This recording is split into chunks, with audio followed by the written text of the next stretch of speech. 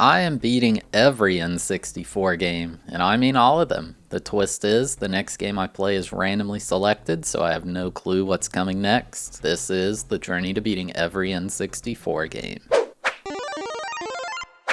Game number 142. Ucchannanchan no Honō no challenger Denryū Iraira Bo. Now that's a mouthful.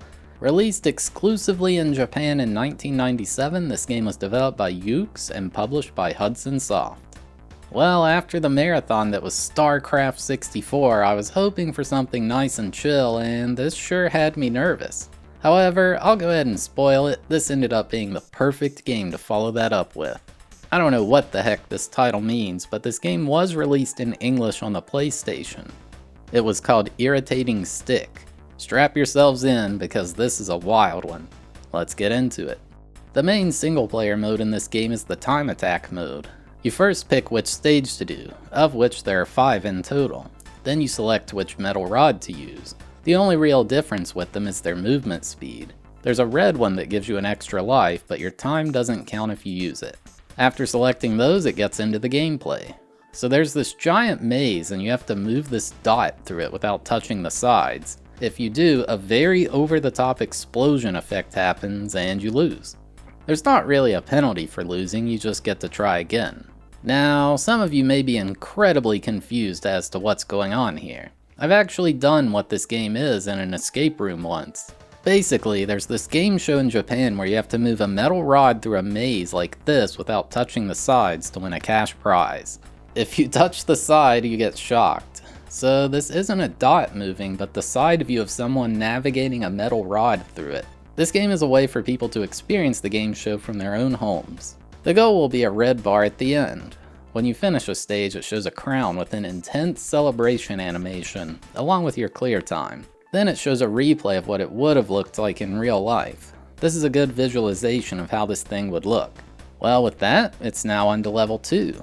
I decided to try out the fast rod for this one. It was immediately apparent how much faster it was going. I must say, this level is quite the step up in precision over the last one. I think moving diagonally was the hardest part. Sometimes you could just hold one of the cardinal directions, and that's real easy to do on the N64 controller. On my third attempt, I made it pretty far, and oh my god, the stress levels are off the charts when you notice you're getting near the end.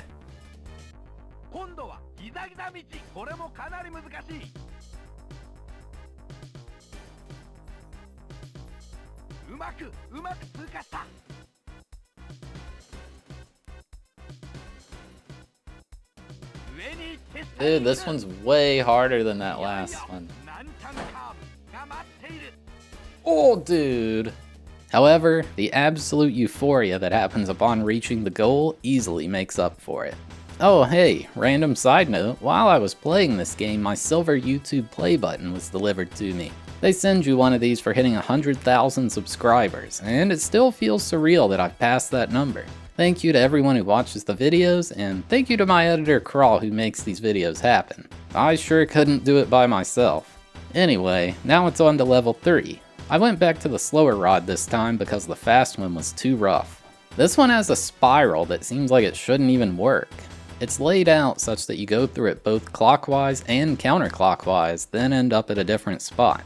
It felt like this was way too long to clear in time, but then I reached a red gate at the halfway point, giving me a lot more time on the clock. Alright, graphics, whatever, yeah, they're good enough, the music's interesting, nothing special. None of that matters though. The real reason to play this is the commentator. There's some guy going absolutely bonkers at the gameplay, like he is way too excited. It reminds me of the guy commentating on the original Ninja Warrior show. Nice. GG. He definitely makes this much more enjoyable, but also adds to the stress. Time for the 4th level. I could see these moving piston type things and I could tell it was going to get tough. Even before that, there was a section with several moving cogs. The timing to get through these is so tight and there's barely any room to move forward. Even with the slow rod, it was hard to not overdo my movement. It took a few tries to get past the cogs and I was rewarded with a time gate. This is where the real danger happened though. These pistons are moving way too fast. It didn't even look possible to make it with the slow rod, but it barely was. Man, getting past that would be a nightmare. I ended up swapping to the fast rod to get past these because it was just so hard with the slow one. It was still rough even with the fast movement though. Little did I know, the hardest part was yet to come. This was insanely tight, not to mention how the camera rotates to give a 3D effect. It's so disorienting when that happens. You can move the joystick partially to move slower, but it's scary. If you accidentally press too hard, you just fly into the wall. It's crazy how quickly the difficulty stepped up here. It felt impossible to get through this part with the fast stick. Side note, there is a task of this game on YouTube, and I'd highly recommend watching it. It is nuts. I just died again and again and again. Finally though, I got past the nonsense. The game is just as hard as it is to do this in real life. Past the insane precision part with some standard twists and turns, which I thankfully didn't choke on. Oh man, that was so much harder than the previous 3. Going into level 5, the preview showed a big sign saying danger, which definitely can't be good. Also, it says final in the background. What the heck, is this already the last level? There was a slot machine near the start and oh my god, this is way too hard. Not to mention there's still the normal old rail at the top and bottom preventing you from moving too far. It felt impossible to get past this. I was using the fast rod, so I can't imagine this being possible with the slow one. Finally, I did get by immediately going to the middle reel. Phew, good thing there's not other harder stuff after it, right? Yeah, so there's these moving balls that are going so fast, and of course I have to go against the way they're going rather than with them. There's one part that makes you wait for a big gap, and even with the waiting, it is such a tight window. They really weren't messing around here. I guess in real life they don't want you to win the money, so it kinda makes sense. Man, I got past on my 3rd try, which felt awesome. However, I slammed myself into the wall right after, so that sucked. I did get through in a few more tries though, and I was just praying that there was nothing hard after that. It was another one of those disorienting sections where the camera turns, then another time gate. Oh god, I forgot about the danger sign. It moved out of the way to reveal a big robot. Holy crap, the robot itself is the obstacle. This is actually so cool. Unfortunately, I died almost immediately. All the way back to the start. Even getting past this first hand is such a tight window. It's a really hard game. Then there's the second hand. Yeah, it's not any easier. Oh my god, it feels so bad to lose all that progress.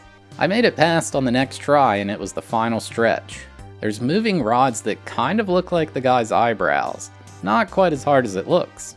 The final stretch had a super tight hallway, but I had plenty of time. My goodness, my heart was racing at the end of that one. Oh.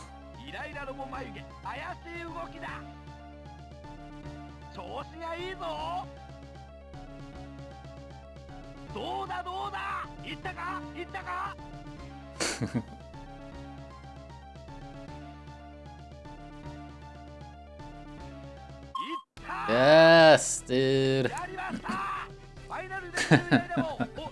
Oh snap, turns out the game has a secret level after beating level 5. And it had 2 boxes, one saying fire and another danger one. It starts with some insane precision right away. After that is some wild fire looking thing where pieces of it move in and out. It's again so tight. It was at this point in the playthrough that Physics from my chat mentioned how there's a button to make the rod move faster. You know what, that's why so many things seemed impossible with the slow one. With this I could move even faster than the fast one did before. You know what, I was basically playing on hard mode, so I'll take it. I did get past the fire contraption using this, and I have no idea what that spiral thing's supposed to be up there. I had made it to the first time gate. Little did I know, the next part introduced a brand new rule to the game. It was an auto-scroll section, and I ran out of room to move. That just felt unfair. Next time though, I was ready. I was zooming through here. But I still managed to screw it up. Ugh. The next time through I went even faster, but I also stayed patient and made it through. Then there was a nightmare precision hallway. It twisted and turned and corkscrewed and all that good stuff. I can't imagine trying to do this with the fast rod, jeez. Somehow I got past it on my first try. What came next, I just could not have predicted. And I bet none of you can too. Oh god, what is this?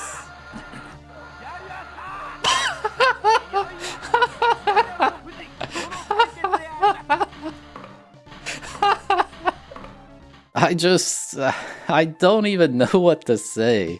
It's both hilarious and just plain weird. The chest being part of the obstacle is just one of the funniest things I've ever seen. I need to find this show and watch some episodes of it because it just seems hilarious. Anyway, actually getting past the woman robot was quite the challenge. Not to mention you gotta do all that previous stuff if you mess up. I eventually made it back and I was doing pretty well. The hands of the robot are the same as the last one. Getting past the boobs are quite simple too. Just wait till they retract into the body, which, oh god, that's a weird sentence. Unfortunately, I just got stopped in my tracks by the eyebrow things. It's a bit tighter this time compared to the last one. Man, it feels awful to die this far in. Just knowing I have to go through that tight hallway again made it so much worse. Oh my god, they made these eyebrows way harder. There's barely any room to move, and it's at the very end. Come on, man. Whew, this is way harder than the last one. No, dude, why? Finally though, I got past the robot and won. Or that's what I thought. I forgot about the firebox. I don't even know what this is supposed to be. I think that might be the host's face or something. Either way, I died immediately. And all the way back to the start. After like 10 more tries, I made it back and died immediately once again. Finally, I made it past the stupid cogs. This next part was insane. It looked like there was just no way past. I was waiting and waiting and waiting, and it never lined up. I eventually went in and nope, forced into the wall. It is so hard, man. I decided to just wait for the best cycle, then zoom through the entire thing. Okay, it looks... I think if I just wait long enough...